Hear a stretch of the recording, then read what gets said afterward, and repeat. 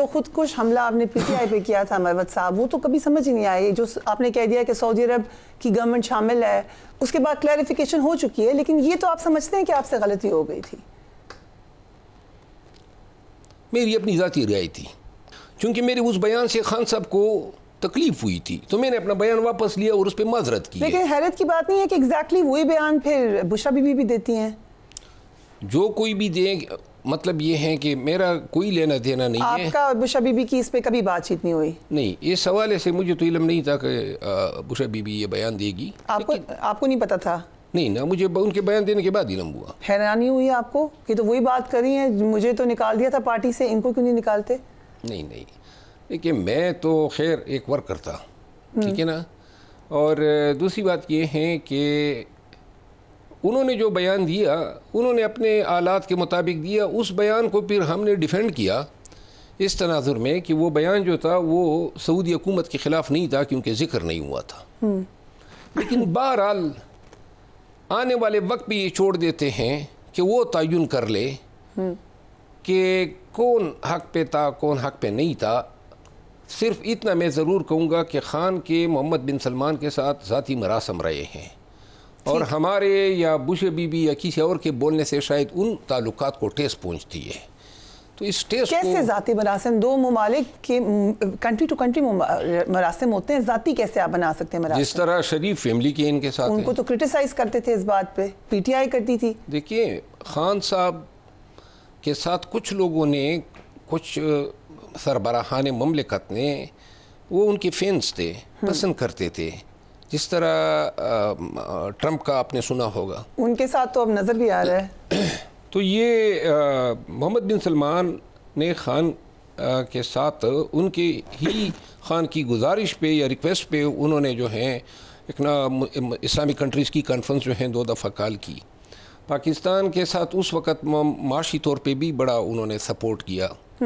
اور خان صاحب خود اقرار کرتے رہتے ہیں کہ محمد بن سلمان نے جو ہیں ان کو کافی حکومت کے کیوں الزام لگا رہے ہیں ان کے اوپر آپ بھی؟ اور اس سٹیٹمنٹ میں سے چلنے کلیریفیکیشن ہو گئی، پھر تو نہیں الزام لگانا چاہیے ان کے. اب آپ یعنی دیکھیں ہم آگے بڑھ جاتے ہیں بجائے اس کی. ٹھیک ہے چلیں، آپ نے کہا history will tell what's happening. اب آ جاتے ہیں ڈونلڈ ٹرمپ کے اوپر آ جاتے ہیں، جو ان کے مشیر کی مسلسل ٹویٹس آ رہی ہیں. یہاں پہ بھی ذاتی مراسم کا ہی تعلق ہے یا کوئی لابی ہے؟ یعنی یہ رچرڈ گرینیل کی ٹویٹس آپ نے دیکھی ہوں گی. ہاں دیکھیے. سو کیا لگا آپ کو وہ ٹویٹس دیکھ کر؟ تو رچرڈ گرینیل کی ذاتی رائے ہیں.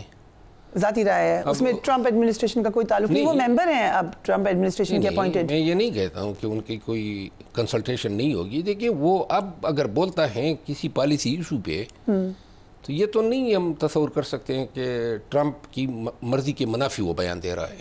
ٹھیک ہے، very important, it has to be with consent. میرا خیال ہے کیونکہ اگر ہم پی ٹی آئی کی طرف سے کوئی بھی ہمارا ترجمان اگر کسی ایشو پہ بیان دے گا تو لازماً عکاسی کرے گا فاؤنڈر کی یا پارٹی کی پالیسی کی. ٹھیک ہے، سو ہم کہہ سکتے ہیں کہ رچرڈ گرینیل کی ٹویٹ سے ٹرمپ ایڈمنسٹریشن کا موڈ نظر آ رہا ہے. سو آپ کے خیال سے امریکہ کوئی ایک طریقہ کار کرے گا یا کہے گا کہ بانی پی ٹی آئی کو رہا کیا جائے ونس ہی ٹیکس اوتھ؟ نہیں، وہ کہے یا نہ کہے ہمیں اس کی کوئی پرواہ نہیں ہے. رچرڈ گرینیل کا اپنا اس نے ایک ٹویٹ پہ ایک اپنی رائے دی جس کا پھر انہوں نے اہتمام کیا اور ایک میڈیا گروپ کو استعمال کیا اس کی کردار کشی میں، اور یوں ایشو تو انہوں نے خود بنا دیا. ٹھیک. اور پھر جو ہے اب بات حقیقی آزادی تک آ گئی. چاہیے تو شہباز شریف کی حکومت کو کہ پاکستان کی سالمیت اور جو خود مختاری ہیں اس پہ 2 ٹوک الفاظ میں موقف دے دیں. ٹھیک ہے کہ جی آپ مداخلت کر رہے ہیں، جس طرح خان نے کہا تھا کہ ایبسولوٹلی نہیں. آپ کو لگتا ہے مداخلت ہے؟ دیکھیے وہ بھی میں تو یہ دیکھیے اب جو پاکستان کے حوالے سے کوئی بھی بین الاقوامی برادری کا کوئی بھی ملک یا لیڈر کچھ کہے گا نا، پاکستان ممبر ہیں 27 انٹرنیشنل کوویننٹس کا. جو موسٹ امپارٹنٹ ہیں وہ ہے international covenant on political and civil rights. Right. European union نے، امریکہ نے، فرانس نے، یو کے نے سب نے ملٹری ٹریبیونل کے جو فیصلے ہیں ان کو کنڈیم کیا ہے، کیونکہ آپ ایک طرف انڈرٹیک کرتے ہیں اس کوویننٹ کے تحت کہ میں سویلین کے رائٹس کو پروٹیکٹ کروں. یہ بات ہی کہ بٹ دا کوسچن از کہ رچرڈ گرینیل اگر مطالبہ کرتے ہیں بانی پی ٹی آئی کی رہائی کا تو یہ یا ٹرمپ ایڈمنسٹریشن کرتی ہے، تو آپ کی نظر میں یہ مداخلت ہے یا اٹس ویلکم؟ نہیں، میں تو ذاتی طور پہ تو ہم ایاک نعبد و ایاک نستعین کی گردان پڑھتے ہیں، تو مداخلت کو پسند نہیں کرتے آپ؟ ہم تو صرف اتنا کہیں گے کہ اگر پاکستان میں جمہوریت کی بالادستی، اور یہ تمام ممبر ممالک کا اب ایک دوسرے پہ ایک حق بنتا ہے، جمہوریت کی بالادستی، قانون کی حکمرانی، عدلیہ کی آزادی، ان ایشو پہ کوئی بھی پاکستان کے حوالے سے بیان دیتا ہے اس کو ویلکم کیا جاتا ہے. تو اب مداخلت نہیں ہے؟ نہیں، ان ایشوز پہ ٹھیک ہے، کیونکہ ہم نے بھی امریکن پالیسیز پہ، ہماری گورنمنٹ نے بھی بعض اوقات یہ کی ہیں. میں یہ کہنا چاہتا ہوں کہ ہمیں نہ ٹرمپ سے نہ ان کی انتظامیہ سے ہماری یہ توقعات ہیں کہ وہ ہمیں رعایا کرائیں. ٹھیک ہے، دو ٹوک الفاظ میں کہنا چاہتا ہوں. ہم یہ چینج ضرور دیکھ رہے ہیں کہ جو بائیڈن انتظامیہ کے تعاون سے یہاں پہ جو ظلم بربریت کا جو بازار گرم تھا وہ رک جائے گا. ٹھیک ہے، سو آپ کو ہوپ فل تو ہے پی ٹی آئی، ہم کہہ سکتے ہیں پر امید ہے اب نئی ایڈمنسٹریشن سے؟ نہیں، آپ دیکھیں، آپ پہلے والا ماضی نہیں ہوگا، اس بات ظلم رک جائے گا. اوکے، باقی رہائی یا امید پی ٹی آئی کی، خان کی، ہم سب کی صرف پاکستانی عوام سے ہے اور اللہ کی ذات سے. ٹھیک ہے، ویری گڈ. بٹ مذاکرات سے بھی کوئی امید ہے آپ کو؟ ہاں بالکل ہے. کیا ہو سکتا ہے؟ بہت زیادہ امیدیں ہیں میری تو ذاتی، کیونکہ میں تو بیسیکلی میں نے تو یہ مذاکرات کا آئیڈیا جو ہے اسمبلی میں پروپوز کیا. بالکل، آپ کی اسپیچ کو بڑا سراہا، پی ایم ایل این نے بھی سراہا. مذاکرات جو ہیں، کیوں یہ بات کی میں نے؟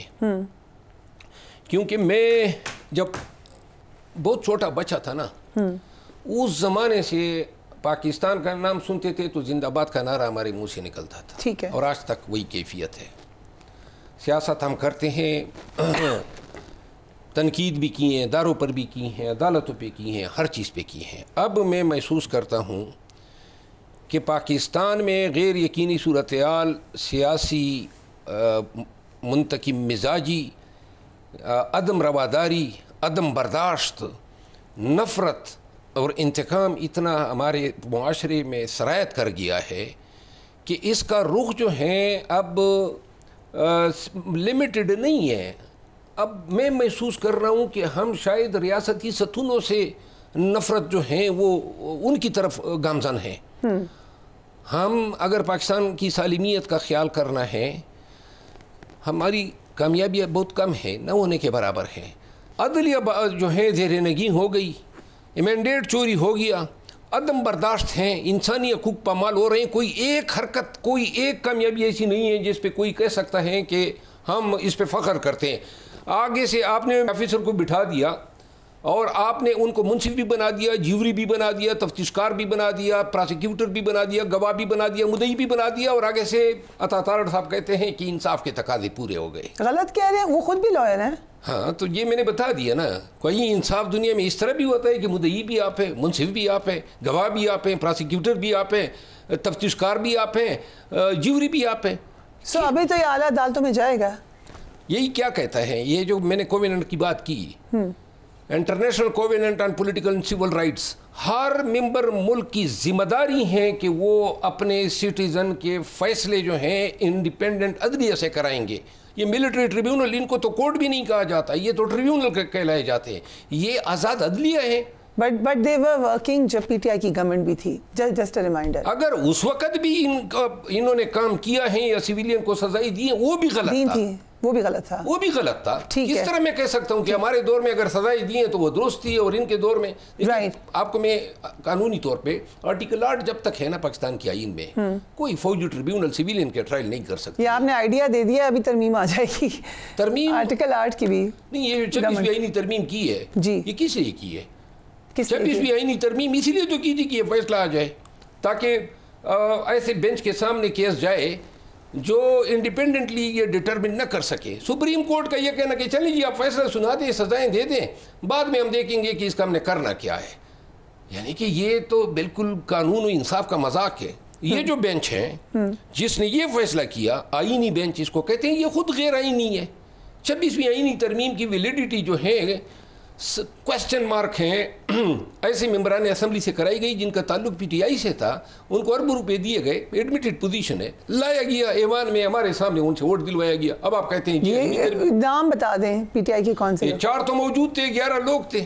ٹھیک ہے, سو انہوں نے اربوں روپے لے لیے, 2 ارب روپے تک جو ہیں ممبران اسمبلی کو جو ہیں پیشکش. کیسے پتا چلا آپ کو؟ کیونکہ سب کو ہوئی تھی. آپ کو بھی آفر ہوئی تھی؟ مجھے کوشش کی گئی تھی. ہم سب ایم آپس میں بیٹھتے ہیں, ڈسکس کرتے ہیں, A to Z, سب کو علم ہے, سب پہ جو ہے انہوں نے. ٹھیک ہے.